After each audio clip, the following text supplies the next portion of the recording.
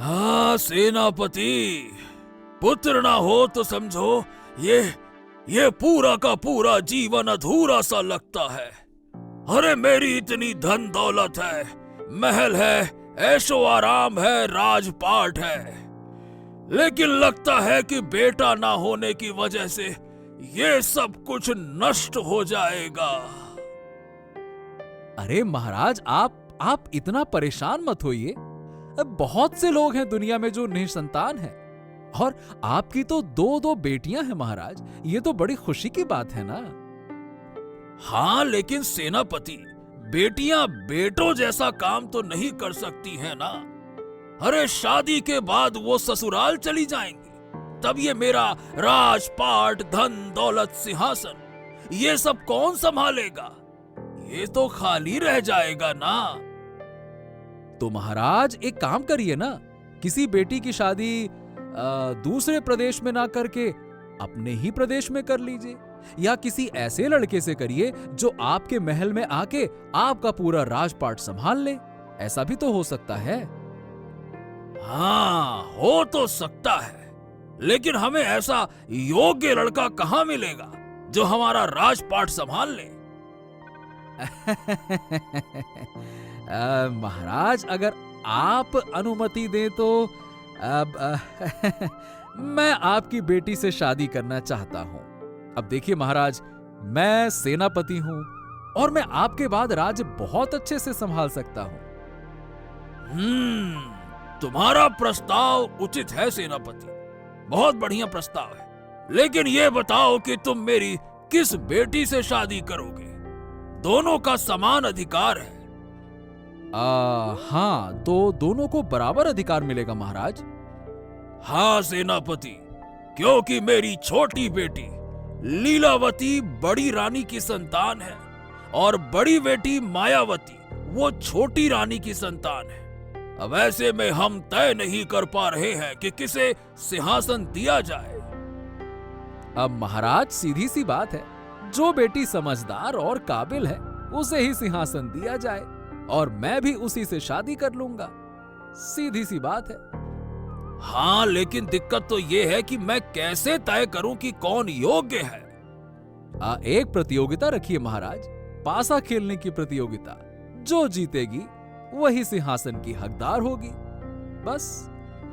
हाँ ये तो बहुत ही अच्छा विचार है। ठीक है सेनापति, तुम जल्दी से प्रतियोगिता की तैयारी करो। मैं योग्य बेटी को जल्द ही सिंहासन देना चाहता हूं। ठीक है महाराज, जैसी आपकी आज्ञा। मैं अभी तैयारी करता हूं। अरे ओ मायावती, मैंने जो कहा वो तुमने सुना क्या? देखो, अब सब कुछ तुम्हारे हाथ में है। अब दिखाओ अपना जादू। ये तो बड़ी मुश्किल है। लीलावती पासा खेलने में बहुत तेज है, मैं उसे हरा नहीं सकती। देखो मायावती, तुम्हें हर हाल में जीतना होगा, वरना मेरा सपना अधूरा रह जाएगा। मैं ना तो तुम्हें पा सकूंगा और ना ही सिंहासन। फिर क्या करूंगा? मैं तुम्हें बहुत चाहती हूँ, किसी भी कीमत पर तुम्हें पाना है। तो पासे में लीलावती को हराओ मायावती। ऐसे पासे फेंको कि वो चारों खाने चित्त हो जाए, और अगर जरूरत पड़े तो धोखे का सहारा लो, क्योंकि प्यार और जंग में सब कुछ जायज है। जो करना है वो करो, लेकिन जीतो। धोखे देने में तो मैं माहिर हूँ। मैं लीलावती से कहूंगी कि वो इस खेल में भाग ना ले। अरे उस पर भरोसा मत करो, तुम कोई और तरीका सोचो। तरीका सोच लिया है, तुम मेरे लिए खास पासे बनवा दो, फिर देखना मैं क्या करती हूँ। अच्छा, तो कैसे पासे चाहिए तुम्हें? सुनो, मैं बताती हूँ। सच कह रही हो दीदी, पिताजी हमारी शादी करवा देंगे? तो और क्या कह रही हूँ, मैंने गुप्तचर से सुना है कि लड़के भी देख लिए गए हैं।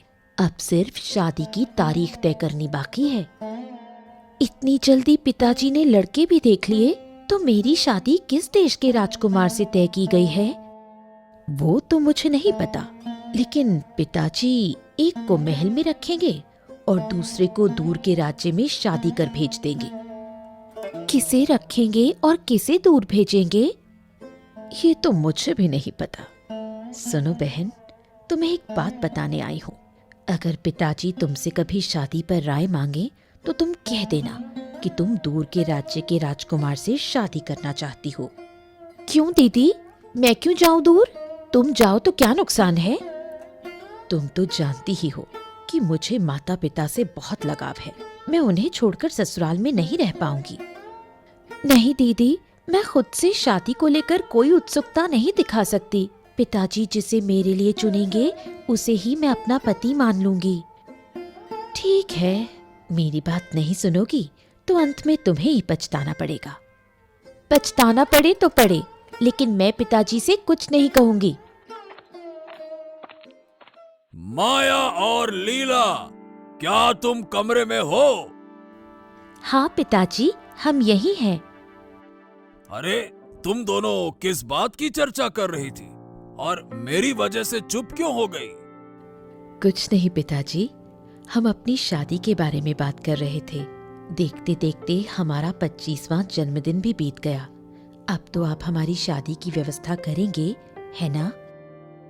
हाँ, ये बात सही है बेटी, और यही खबर देने के लिए हम तुम्हारे पास आए हैं। हम जल्द से जल्द तुम दोनों को ससुराल भेजना चाहते हैं। तो क्या सब तय हो गया है? हाँ, लेकिन तुम दोनों में से एक को महल में रहना होगा और दूसरी को दूर के राज्य के राजकुमार से शादी करनी होगी। महल में कौन रहेगा और सिंहासन का अधिकारी कौन बनेगा, ये कैसे तय होगा? ये तय होगा पासा यानी कि चौसर खेलकर। जो भी पासा में जीतेगा वो इस राज्य की भावी रानी बनेगी और उसका पति यहाँ का सिंहासन संभालेगा। तो मेरे बच्चों, तुम दोनों इस प्रतियोगिता में कब भाग लेना चाहोगे? अगर आप कहें तो कल ही। हाँ, ठीक है ठीक है, मैं मंत्री जी से कहकर सारे इंतजाम करवा देता हूँ। अच्छा हाँ, इस पर तुम दोनों को कोई आपत्ति तो नहीं है ना? नहीं महाराज, लेकिन एक शर्त है। हाँ बताओ बच्चे, क्या शर्त है? पासे के खेल में हमें अलग अलग गोटी देनी होगी। मैं किसी और की इस्तेमाल की हुई चीज नहीं छू सकती। ठीक है, तुम अपनी गोटी खुद लेकर आना। मैं मंत्री से कहूंगा कि सोने के चौसर तैयार किए जाएं। ये खेल भी अद्भुत खेल होगा। ठीक है पिताजी, हम चांदी की गोटी लेकर आएंगे। हाँ, तो प्रतियोगिता की सारी तैयारी हो चुकी है। अब तुम लोग पाशा खेलना शुरू करो। बिल्कुल महाराज, मैं तैयार हूँ।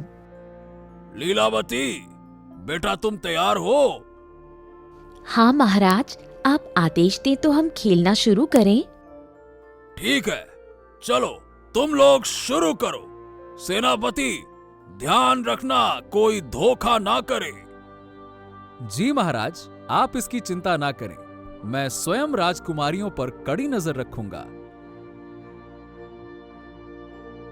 ये क्या दीदी, तुम्हें बार बार इतनी अच्छी चाल कैसे मिल जाती है?